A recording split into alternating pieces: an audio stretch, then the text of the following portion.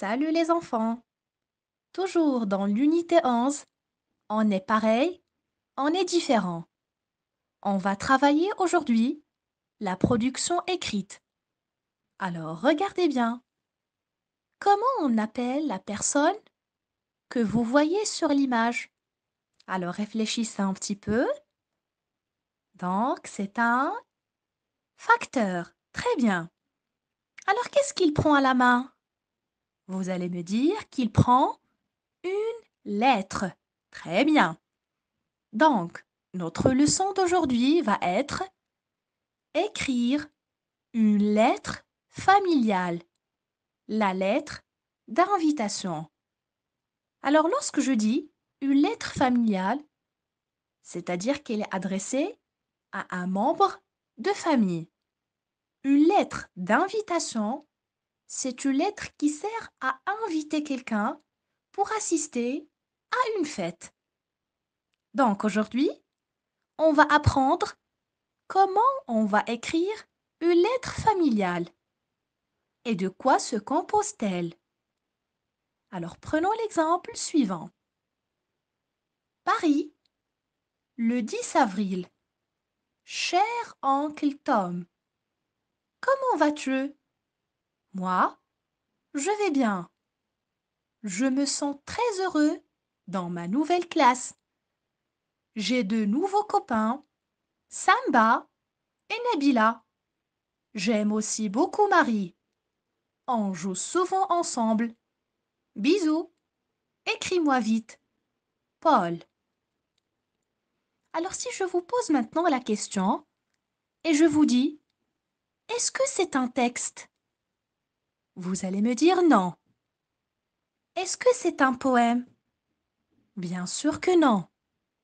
Donc, il s'agit d'une lettre. À votre avis, pourquoi on appelle ce genre d'écrit une lettre? Et quelles sont les différentes parties d'une lettre? C'est ce qu'on va découvrir maintenant. Alors, regardez bien. La lettre est composée de 5 parties. La première, la deuxième, la troisième, la quatrième et la cinquième. Commençons par la première partie. Qu'est-ce qu'on trouve? On trouve le lieu et la date. Et lorsqu'on dit lieu, c'est-à-dire la ville où j'écris la lettre.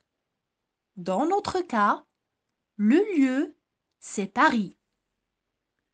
Passons maintenant à la date. Lorsqu'on dit date, c'est le temps où la lettre a été écrite. Et dans notre exemple, la date est le 10 avril. Passons maintenant à la deuxième partie et qui est consacrée pour la personne à qui on s'adresse ou à qui on veut envoyer la lettre. On l'appelle aussi la formule de politesse. Pour la troisième partie, c'est le texte.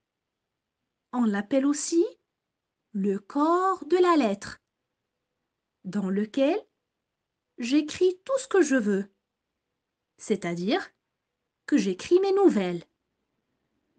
La quatrième et l'avant-dernière partie, on a besoin d'une formule de politesse. Par exemple, au revoir, bisous, à bientôt, etc. Pour la cinquième et la dernière partie, il faut bien indiquer qui a écrit la lettre. Tout simplement, il faut mettre le prénom et la signature. Et comme ça, on a terminé la lettre et ses différentes parties.